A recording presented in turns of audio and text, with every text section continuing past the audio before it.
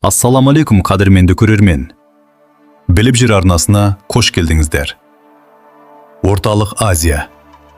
Көпшілік бұл аймақты кең байтақ далалармен, биік таулармен және табиғи байлықтармен таниды. Алайда соңғы жылдары сарапшылар бұл өңірге мүлде басқа себеппен назар аудара бастады. Әңгіме мұнай туралы емес, газ туралы емес, тіпті жер дауы туралы да емес. Әңгіме тұщы су туралы. Су адам өмірінің негізі. Егіншілікте, энергетикада, өнеркәсіпте, тіпті мемлекеттердің тұрақтылығы да осы ресурсқа тәуелді. Орталық Азиядағы негізгі өзендер Сырдария мен Әмудария. Ғасырлар бойы бұл өзендер аймақтағы миллиондаған адамның өміріне нәр беріп келеді. Бірақ бүгін жағдай өзгеріп жатыр. Климаттың жылынуы салдарынан мұздықтардың көлемі азайып келеді. Халық саны жыл сайын өсіп жатыр. Ал ауыл шаруашылығы мен өндірістің суға деген сұранысы бұрынғыдан да арта түсуде. Бұл мәселелердің барлығы Орталық Азия елдерінің ортақ сын қатеріне айналып отыр. Дегенмен, бұл жағдайда ертең міндетті түрде соғыс болады деп түсінуге болмайды. Бүгінгі таңда аймақ елдері көптеген мәселені келіссөздер арқылы шешуге тырысып келеді. Алайда су тапшылығы, шекара мәселелері және экономикалық мүдделер дұрыс басқарылмаса, болашақта мемлекеттер арасындағы шиеленісті күшейтуі мүмкін. Сондықтан бұл видеода біз Орталық Азиядағы су мәселесін, шекаралық түйткілдерді және геосаяси жағдайды нақты деректерге сүйене отырып талдаймыз. Ендеше бастайық. Орталық Азиядағы су мәселесіне әсер етуі мүмкін ең ірі жобалардың бірі. Ауғанстанның солтүстігінде салынып жатқан Коштепа каналы. Бұл каналдың құрылысы 2022 жылы басталды. Жобаның мақсаты Әмудария өзенінің суын пайдаланып, Ауғанстанның солтүстігіндегі жүздеген мың гектар жерді ауыл шаруашылығына бейімдеу. Жобаның ұзындығы шамамен 285 шақырым. Бұл соңғы ондаған жылдағы Орталық Азиядағы ең ірі су инфрақұрылымы жобаларының бірі. Алайда бұл жоба көрші мемлекеттерді де алаңдатып отыр. Өйткені Әмудария Өзбекстан мен Түркменстан үшін негізгі су көздерінің бірі болып саналады. Егер Коштепа каналы толық қуатында жұмыс істесе, төменгі ағысқа жететін су көлемі азаю мүмкін деген алаңдаушылық бар. Бұл егіншілікке, азық-түлік өндірісіне және бүкіл аймақтың су қауіпсіздігіне әсер етуі ықтимал. Дегенмен, мәселенің қалай өрбитіні каналдың нақты пайдалану көлеміне, өзендегі су мөлшеріне және мемлекеттердің өзара келісіміне байланысты болады. Сондықтан сарапшылар Орталық Азия елдері су ресурстарын бірлесіп басқаруды күшейту қажет екенін айтып келеді. Бірақ Орталық Азиядағы су мәселесі тек Ауғанстанмен ғана байланысты емес. Бұл аймақтың географиясының өзі мемлекеттердің мүдделерін әртүрлі бағытқа бұрады. Орталық Азиядағы ең ірі өзендердің бастауы Тянь-Шань мен Памир тауларындағы мұздықтардан басталады. Сол себепті Қырғызстан мен Тәжікстан су ресурстарының жоғарғы ағысында орналасқан. Ал Қазақстан, Өзбекстан және Түркменстан осы өзендердің төменгі ағысында жатыр. Мұнда маңызды бір ерекшелік бар. Қырғызстан мен Тәжікстан электр энергиясының едәуір бөлігін су электр станцияларында өндіреді.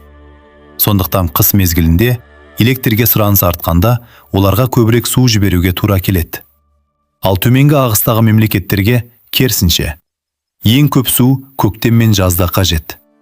Өйткені дәл осы уақытта мақта, бидай, көкөніс және басқа да ауыл шаруашылығы дақылдары суарылады. Осылайша бір өзеннің суы екі түрлі қажеттілікті қамтамасыз етуге тиіс болады. Соңғы жылдары мемлекеттер бұл мәселені келіссөздер арқылы шешуге тырысып келеді. Алайда климаттың өзгеруі, халық санының артуы және суға деген сұраныстың көбеюі бұл міндетті бұрынғыдан да күрделендіріп отыр. Сондықтан су ресурстарын бірлесіп басқару Орталық Азияның болашағы үшін аса маңызды мәселелердің бірі болып қала береді. Бірақ Орталық Азиядағы барлық мәселе суға ғана байланысты емес. Аймақтағы ең күрделі түйіндердің бірі шекаралардың қалай сызылғанында жатыр. 1920-1930 жылдары Кеңес одағы Орта Азия республикаларының әкімшілік шекараларын белгіледі. Ол кезде бұл шекаралар бір мемлекеттің ішіндегі әкімшілік бөлініс ретінде қарастырылды. Алайда 1991 жылы Кеңес одағы ыдырағаннан кейін сол әкімшілік сызықтар тәуелсіз мемлекеттердің халықаралық шекарасына айналды. Ең күрделі аймақтардың бірі Ферғана аңғары. Бұл Қырғызстан, Өзбекстан және Тәжікстан шекаралары түйісетін халқы ең тығыз қоныстанған өңірлердің бірі. Мұнда кейбір ауылдар, жолдар, тіпті су арналары бірнеше мемлекеттің алмағы арқылы өтеді. Осының салдарынан тәуелсіздік алғаннан кейін жергілікті деңгейде түрлі шекаралық келіспеушіліктер орын алды. 2021 және 2022 жылдары Қырғызстан мен Тәжікстан шекарасында ауыр қарулы қақтығыстар болды. Өкінішке қарай, екі жақтан да адам шығыны тіркелді. Алайда 2025 жылы екі мемлекет ұзақ келіссөздердің нәтижесінде мемлекеттік шекара туралы тарихи келісімге қол қойды. Бұл аймақтағы тұрақтылық үшін маңызды қадам болды. Бұл оқиға тіпті ең күрделі шекаралық мәселелердің өзін келіссөз арқылы шешуге болатынын көрсетті. Орталық Азия. Кеңізге тікелей шығатын жолы жоқ аймақ болғанымен, географиялық тұрғыдан әлемдегі ең маңызды өңірлердің біріне айналып келеді. Өйткені бұл аймақ Еуропа мен Азияның дәл ортасында орналасқан. Сол себепті ежелгі Ұлы жібек жолы да осы өңір арқылы өткен. Бүгінде Орталық Азия тағы да халықаралық сауда жолдарының маңызды бөлігіне айналып келеді. Қытай бір белдеу бір жол бастамасы арқылы Қазақстан, Қырғызстан, Өзбекстан және басқа көрші мемлекеттермен темір жол, автожол, логистика және энергетика саласындағы ынтымақтастықты кеңейтіп келеді. Ресей үшін Орталық Азия қауіпсіздік, экономика және тарихи байланыстар тұрғысынан маңызды аймақ болып қала береді. 2022 жылдан кейін Ресейдің негізгі назары Украинадағы соғысқа ауысты. Соның нәтижесінде кейбір сарапшылар Мәскеудің Орталық Азиядағы ықпалы бұрынғыдай емес деп есептейді. Бұл кезеңде аймақ елдері сыртқы саясатын әртараптандыруға көбірек көңіл бөле бастады. Қазақстан, Өзбекстан және басқа мемлекеттер Қытаймен, Түркиямен, Еуропа одағымен және Парсы шығанағы елдермен экономикалық байланыстарын кеңейтті. Дегенмен Ресей әлі де Орталық Азиядағы маңызды серіктестердің бірі болып қала береді. Миллиондаған еңбек мигранттары Ресейде жұмыс істейді. Сауда байланыстары сақталған. Ал қауіпсіздік саласында Мәскеудің ықпалы әлі де елеулі. Сондықтан бүгінгі таңда Орталық Азияда бір ғана держава үстемдік етеді деу дұрыс емес. Керісінше, аймақ елдері бірнеше ірі серіктеспен қатар жұмыс істейтін көп векторлы саясат жүргізіп келеді. Ал Еуропа одағы Транскаспий халықаралық көлік дәлізін дамытуға, сауда байланыстарын кеңейтуге және энергетикалық әріптестікті нығайтуға қызығушылық танытып отыр. Түркияда түркі мемлекеттері арасындағы экономикалық, мәдени және көлік байланыстарын дамытуға ерекше көңіл бөлуде. Қазақстан, Өзбекстан, Қырғызстан, Тәжікстан және Түркменстан осындай күрделі геосаяси жағдайда әртүрлі серіктестермен теңгерімді қарым-қатынас орнатуға ұмтылып келеді. Бұл саясат көбіне көп векторлы сыртқы саясат деп аталады. Мұндай тәсіл аймақтағы тұрақтылықты сақтауға, экономиканы дамытуға және түрлі мемлекеттермен өзара тиімді байланыс орнатуға мүмкіндік береді. Бірақ Орталық Азияның болашағы сыртқы державалардың ықпалына ғана байланысты емес. Бұл өңірдің ең үлкен күші оның өз мемлекеттерінің ынтымақтастығында. Ендеше қорытындыға көшейік. Орталық Азия бүгінде үлкен өзгерістер кезеңін бастан өткеріп жатыр.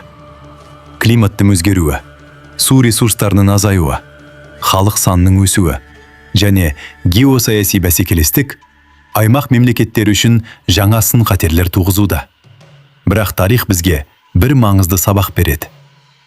Ең күрделі мәселелердің өзі келіссөз арқылы шешілуі мүмкін. Бұған мысал ретінде Қырғызстан мен Тәжікстан арасындағы шекара жөніндегі келісімдерді айтуға болады. Бұл аймақта бейбіт диалогтың мүмкін екенін көрсетті. Су, шекара, энергетика және қауіпсіздік мәселелері бір ғана мемлекеттің емес, бүкіл Орталық Азияның ортақ мәселесі.